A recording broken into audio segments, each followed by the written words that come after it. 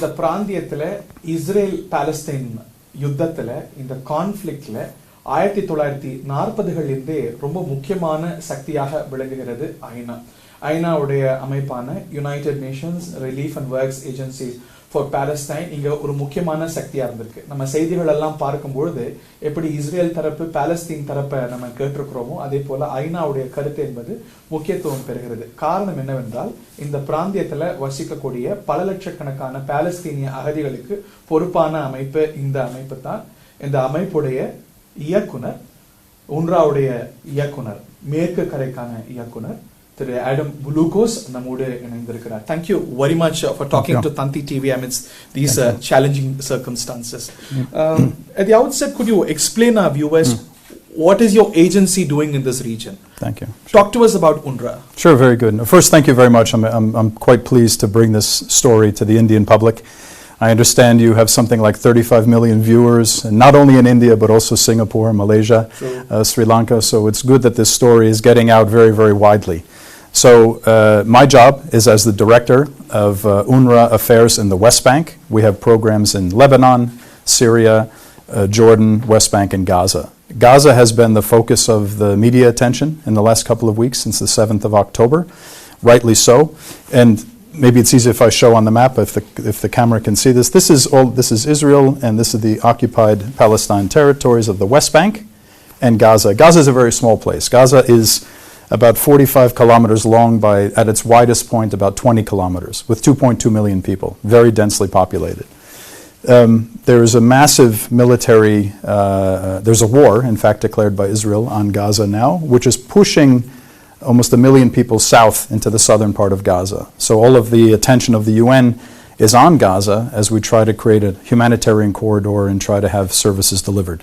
But if we kind of step back and sort of look at UNRWA generally, UNRWA was created almost 75 years ago after the Nakba, which was the creation of the State of Israel. And displacement of the Palestinians. And the displacement of the Palestinians, which then pushed into many places, Lebanon, Syria, Jordan, West Bank, and Gaza. So UNRWA has these 5 fields of operation, what we call field offices. My responsibility is the West Bank. This is the West Bank. It's a larger map of the West Bank.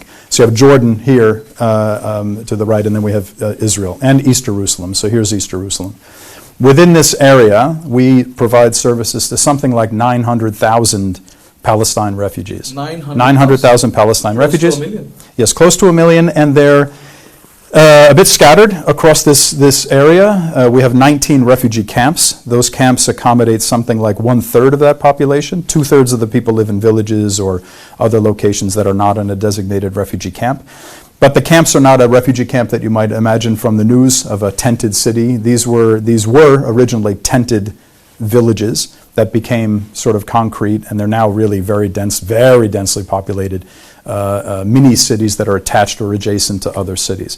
In those locations, we provide core services to the population in the way of education, health services, relief services, microfinance programs, engineering programs. We're quasi-governmental in a way. So practically, UN runs their lives. The UN runs all of the services that are associated with their status of being a refugee. So they have a right under international humanitarian law for these services, and we provide that. We have a mandate from the General Assembly of the United Nations, of which India is a part, of course, right? So so it is important for all of us to understand this dynamic. It's not a local problem. It is an issue which is now gaining a bit more, let's say, international coverage, but it's been 75 years of this illegal occupation. So if we back up again at the time of the creation of the State of Israel, right, there was an agreement of how this land would be parceled out, and that decision has never been followed by Israel. And so Israel has had a policy, partition plan, you mean? the partition plan, and so Israel has since that time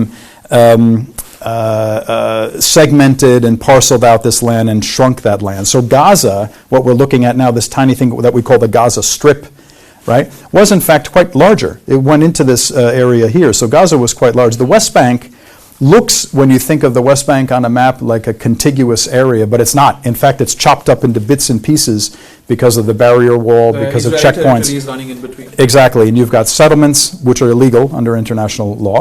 You have settlements that are Israeli communities inside the West Bank that might be immediately adjacent to a Palestinian village. And there you have lots of tensions. And the walls separating these two. And you have often significant concrete barrier walls, big ones, many meters high, that separate one community from another, one road from another, one bus stop from another. So you have a completely separated and division of those people. These two communities, though they live in the same geographical landmass, they are separated. They live as two different communities. Absolutely, absolutely. Even the number plates on the car, even the identification cards they have, the movements of those Palestinians is highly restricted. So the movement out of the West Bank into Israel to work, let's say, you need a permit and you need to be authorized by Israel to come into Israel to work. So Israel is a military occupation. That's for security reasons, they say. You're critical of this policy, but you acknowledge that. Well, this is the logic, right? I mean, if you have the difference is that this is not a border between two countries, right? So Bangladesh and India, Bangladesh and Pakistan have borders. They're often disputed. I know that. I've worked in the region. But there are designated borders that say, okay, you're now in India and you're moving into Bangladesh for work purposes. You need a work permit or you need a visa. All of that is quite normal. The situation here is different. In this very small area, you have a population that is under a military occupation, which is different than just two countries that happen to be neighbors, right? So the military occupation more or less controls all of the aspects of life. The movement of goods, the access to services such as water, electricity, natural resources, and all of those things, farming communities, is all very, very regulated and segmented. It's a bit on the extreme case in Gaza because Gaza is under a blockade. So for the past many years, Gaza has been essentially cut off.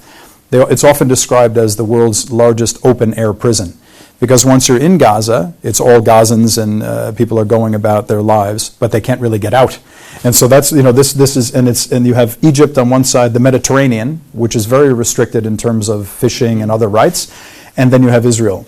So it's a very contained place. The West Bank is much larger, but we're finding now, since the 7th of October, that we can't move our colleagues between towns and villages. It's very, very restricted, which is impacting our deliverance. Palestinians cannot move from one town to another? That's correct. At the moment, because of the current security situation, because of the war, there are now new security restrictions on those living in the West Bank, which makes it a big challenge for us in UNRWA. We have over 220 installations. We have 3,700 staff, so it's a huge agency. It's the biggest UN agency, actually.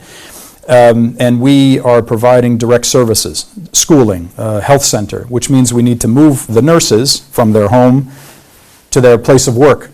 And in many cases, they can't do that if they're in villages, because those villages are largely segmented now because of the heightened security. And along the way, there are Israeli military checkpoints and things, which have existed for many years. But in addition, there are settlers. These are those that live in the settlements. Those are Israelis that are in those settlements who are now on the street also causing quite a lot of conflict. And it's a violent place, the West Bank. We're getting just close to 300 people killed this year alone, which is over double.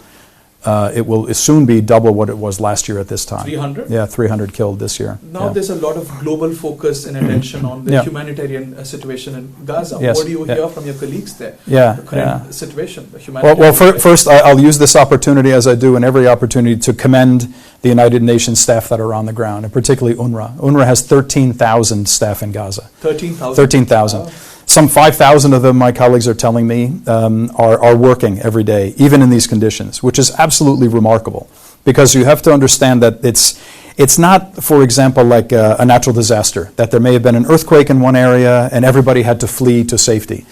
Here you have a very dense, small area. You have no place to escape to. You can't run into Israel, you can't run into Egypt, and you can't go into the sea. So you're really stuck, right? And in this context, there's very heavy military bombardment, right? Jet fighters that are coming in that are shelling Gaza. And you'll see photographs I'm sure you've seen in the media. But they say it's confined to the north? It's not confined to the north. In fact, just the other day, was it 2 days ago, something like 400 people died in the south, were killed in the south, and maybe, 400 people were killed, 250 of them were in the south. Something like that. So it's not. There is no safe place in Gaza. This is why there's a call by the United Nations for a ceasefire, for a humanitarian corridor. While there is a call to move to the south, you also say south is north safe and south is bombarded. That's correct. That's what we're actually witnessing, is that it's such a small area that there's no place which is really safe. And the focus initially was on the north, and there were then instructions or suggestions by the Israelis to move south, which was very difficult for 1 million people to move in a congested area with damaged roads and no infrastructure and no fuel and no electricity to actually move 1 million people. And where would they go? Right? We have a logistics base in the south near Rafah, which is on the border with Israel. Mm-hmm. It's meant to be a logistics hub, maybe 1 or 2 offices like this that you're standing in, a couple of desks, and then it's a bit of a warehouse. We have 8,000 people living in that place now. Right. 8,000 displaced persons are in the UNRWA facility at this very moment, with only a couple of toilets. It's not designed for this. So the huge number of people in a very small area, which is under constant bombardment, makes the delivery of services nearly impossible. What we're struggling. What about the UN infrastructure in North? Do you think it's still intact, or? No, we've taken many hits on many different UN installations, and also other public infrastructure, roads, water network, power sources, hospitals. It's a significant aerial bombardment, right? And so, as a building crumbles, another one next to it falls, or there's damage to a hospital which is adjacent to, a place of worship, mosques, churches being hit, those kinds of things. So for us, we're trying so desperately in the UN to have this open humanitarian corridor, particularly UNRWA, because we're the biggest agency on the ground. And people are trying to deliver, but it's remarkable what our staff are doing. How about the 20 trucks? Has it given any respite to the Gazans? This is a small, kind of what our Commissioner General called the drop in the sea, because the Gaza normally receives something like 500 trucks a day. Many of them are fuel trucks. And that was under a full blockade. When those trucks came in, then they were distributed to different places, right? So it's a very impoverished place. Half the people or more are living under the poverty line. Many of them are food dependent on us, on the United Nations and on UNRWA for food parcels. So you have an already impoverished population now bombarded with the military assault. So the trucks that did get in, it's really kind of a small fraction of what is required. What's required is regular movement of trucks in and out, medical patients that need services, whatever has to be moved in and out has to happen in a steady, regular way and a predictable way, right? So it can't be that, okay, we have fuel for today, but what about tomorrow? And the fuel is so critical because we can't move the assets around the strip without fuel, and we can't run our desalination plants. So the biggest concern in the last week has been people dying of thirst. People literally dying of dehydration because there's simply no water. And the only way the water can come is through those desalination plants. Right. Talking about the Gazan casualties, there's also an accusation that Hamas uses them as human shields and not allowing their free movement to safe areas. Is that also something that you witness in the ground? First, I should say, when I talked about these amazing staff that we have lost in UNRWA 35 staff members. So 35 United Nations staff, doctors, engineers, teachers have been killed in the last couple of weeks. These accusations, I really don't know, and I don't want to speak to it about the human shield. What is clear is that people live all over the Gaza Strip. Right? And people are ending up being targets of this violence, whether the violence is Hamas initiated or it's Israeli initiated. If you are a child in your school and a rocket lands on the roof, you're not so concerned of where it came from and who did it. So I don't know exactly about this kind of suggestion that people are used as human shields. The reality is that there's an enormous population in Gaza. So it's almost impossible to imagine any of those people being safe. Any of them in any part of the Strip being safe, whether they are in the north, the south, the central area. Director, can you talk to us about the situation in West Bank? We also see raids happening here, people dying in camps here. Can you talk about the situation in West Bank also, while there is a huge humanitarian crisis in Gaza? It's sort of like not exactly business as usual, but the West Bank has been a very volatile place for a long time, well over the last, I've been here for a year and a month. But in the last year that I've been here, the violence has been considerable. And I'd worked in very difficult places, what the UN designates as conflict locations. This is a whole other level of conflict here. It's a whole other level of violence. We had last year, 2022, over 10,000 military incursions into the West Bank. So it's nearly constant. Some of the locations you might have heard in the news, like Jenin and Nur Shams, these are places that have been hit repeatedly by these military engagements, incursions as we call them. They're meant to be search and arrest operations, but the military presence in the West Bank is a military one. It's not your local policeman knocking at your door, the constable, and saying, okay, we're here to arrest Mr. X or Mr. Y. No, it's a full-scale military engagement, which means armored personnel carriers. Now we see some attacks from the sky, either from drones or from some other aircraft. Destruction of the infrastructure, ripping up the roads because there's a fear by the Israelis that those roads might have improvised explosive devices, different kind of booby traps set up. This causes destruction to the water networks, destruction to the electricity networks, and destruction to homes. So in almost every camp that we have a home almost every building has bullet holes in it, right? These are very volatile locations. And that's caused by these incursions. The incursions are also met now more frequently by armed actors who are in the camp, right? We have to also recognize that this is not a peaceful place in totality, right? So we do have armed actors that are in the West Bank. That's exactly what Israel says. It strikes terror cells. Yeah. This is essentially what the logic is of the military incursion. The problem that I have as a humanitarian trying to deliver services is that the disproportionality of some of this, right? So the rocketing of a building or taking down an entire building because you think maybe there's somebody in there who might be a bad guy means that you put 50, 60 people homeless. Losses. There's a lot of collateral losses in these camps. So the West Bank is very, very violent. How many deaths have you recorded in this current round? Like I said, the entire year to date is about nearly 300 have been killed. In camps alone? Yeah, all over the West Bank. And sometimes it's disproportionate in camps because camps tend to be densely populated and often where there might be some fear by the Israelis that there's some armed actors there. But that number, as I say, is nearly double all of last year, all of the 12 months of 2022, where we saw 154 deaths killed, 154 people killed last year. And that was all 12 months, and we're still in October, right? So the tension now is palpable. There are many 300,000 plus reservists that have been called up as part of this fight in the Israeli side. Many of them are now in the West Bank. The West Bank is very heavily militarized. You have lots of security forces at at every checkpoint, on every road, and every location. And even Jerusalem, I've noticed it, as a resident here, that there's more police presence, more security. I saw for the first time today the traffic police. There's quite a lot of traffic in Jerusalem, and they're always kind of, you stop and you come this way. So they're traffic police. Yeah. It's quite normal. But I saw today traffic police with machine guns. That's quite unusual, right? So standing with the machine gun while they're waving me through the traffic. That is unusual, right? This, I think, is important for your viewers back home to understand that the context here is extremely volatile.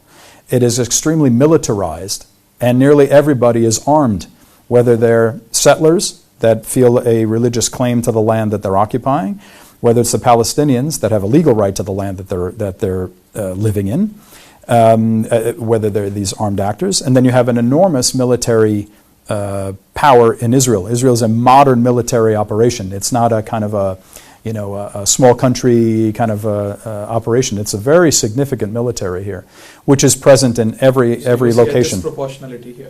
Yeah, well, the reactions. I mean, when I think sometimes you see, for example, stones that are thrown by Palestinian youth at a checkpoint, maybe a car ramming. Somebody drives their car into a checkpoint. Things that are also bad. I mean, it's not to commend those activities, but the response from Israel is often disproportionate.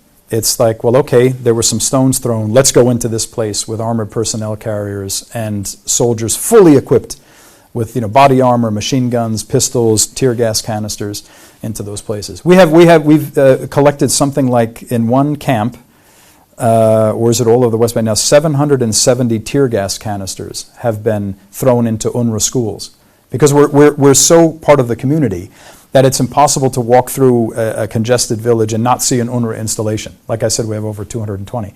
Right. Whether it's a school, it's maybe a health center, a health point, it's a relief office, it's an engineering team, sanitation laborers in the camps. Those are also UNRWA staff with their UNRWA vests on when they go to work every day.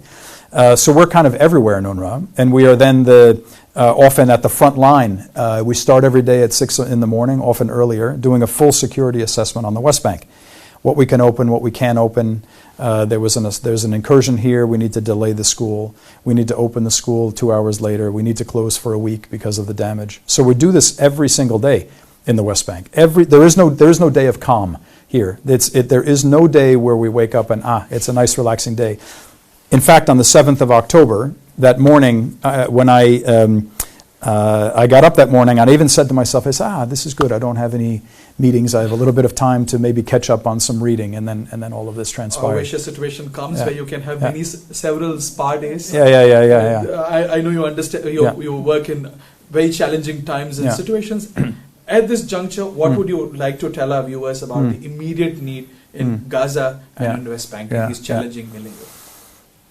The immediate need in Gaza is for a ceasefire and for access of humanitarian supplies and personnel in and out, period. How long can Gaza last, like it is lasting now?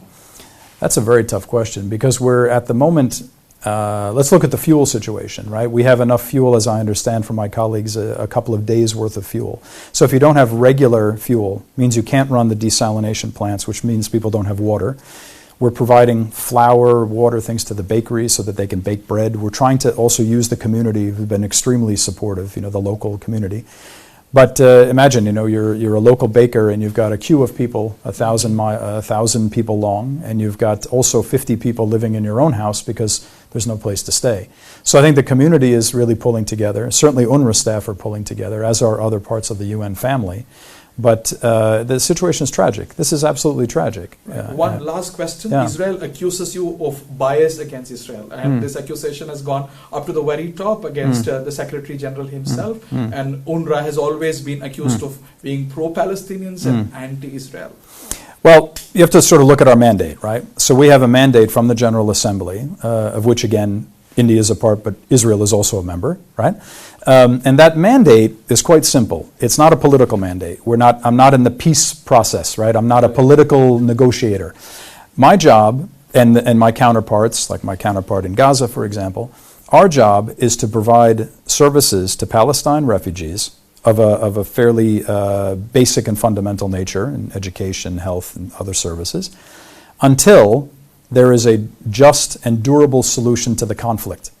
So we're almost a step back from the politics, right?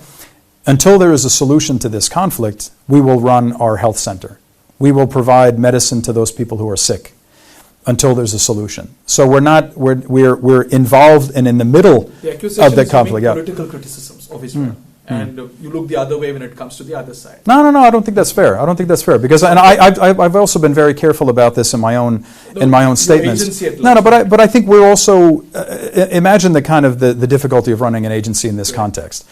Look at sort of the differences that might be in the narrative and the discussion that happens between Ukraine and Russia, right? It's a very different kind of narrative, very open. Many things can be said. Here we're more cautious, but we're also trying to document and being balanced in the way we document some of the violence. So if there is someone who is killed or there's an incursion, we often say this was the result of.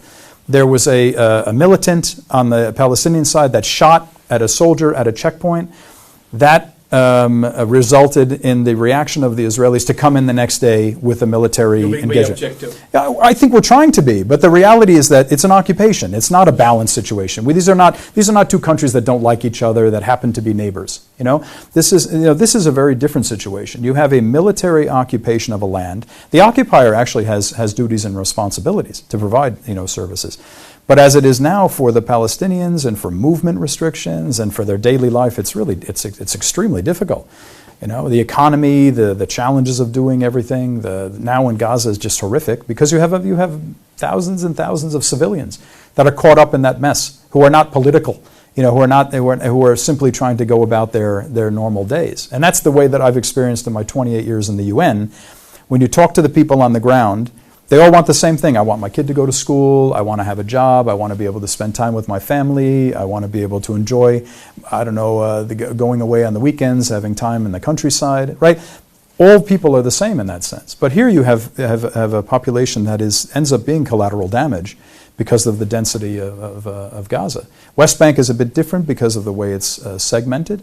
But we're watching West Bank very carefully. It's a very volatile place. And the violence, it can be a powder keg. And we're hoping, God willing, that we don't find ourselves in increased violence. But we are seeing, as I said, more people dying, more violence on the street, more movement restrictions, hindrances, collapsing of the economy, those people who can't go into Israel to work. Because these communities are also pretty connected, pretty symbiotic. I mean, there's discussions now, I think one proposal from someone senior in the Israeli government is that, we need somebody to pick the guavas, right? We need somebody to pick the fruit, and that would have been maybe done by Palestinians. So that suggestion was, okay, we'll give permits to Palestinians who are only age 60 and above, because they're maybe less of a threat, and they can come into Israel and pick the fruit. I mean, this is the craziness of this. These are communities that have lived together historically for centuries, right? But we have this political situation on top, which makes the lives extremely challenging. Extremely challenging times, and you have a humongous challenge on your back. All the very best, Director. No, thank you so much, and I'm very pleased that this is, as I said, being discussed in your markets in India. So thank you very much for coming. Thank you very much, Director. Good day. Very kind of you. Thank you. ஐநாவுடைய பாலஸ்தீனிய விவகாரங்களுக்கான இயக்குனர் எவ்வளவு சவாலான சூழல்ல காசாலையும் மேற்கு கரையிலையும் அவங்க பணியாற்றிட்டு இருக்கிறாங்க அப்படின்னும் அவங்க மேல வைக்கப்பட்ட சில விமர்சனங்களுக்கு அவங்க பதிலளித்திருக்கிறாங்க. காசால உணவில்ல, அத்தியாவசிய பொருட்கள், இப்ப வந்திருக்கக்கூடிய உணவுப் பொருட்கள்லாம் ரொம்ப அடிப்படையானது, இன்னும் நிறைய தேவை அப்படின்னு காசால இருக்கக்கூடிய நிலை, மேற்கு கரையில இருக்கக்கூடிய நிலை, இவற்றையெல்லாம் விளக்கி கூறினார். ஒளிப்பதிவாளர் லூகஸுடன் ஜெருசலம்ல இருக்கக்கூடிய ஐநா அலுவலகத்திலிருந்து, தலைமை அலுவலகத்திலிருந்து ஹரிஹரன். செய்திகளை உடனுக்குடன் தெரிந்து கொள்ள உடனே சப்ஸ்கிரைப் பண்ணுங்க.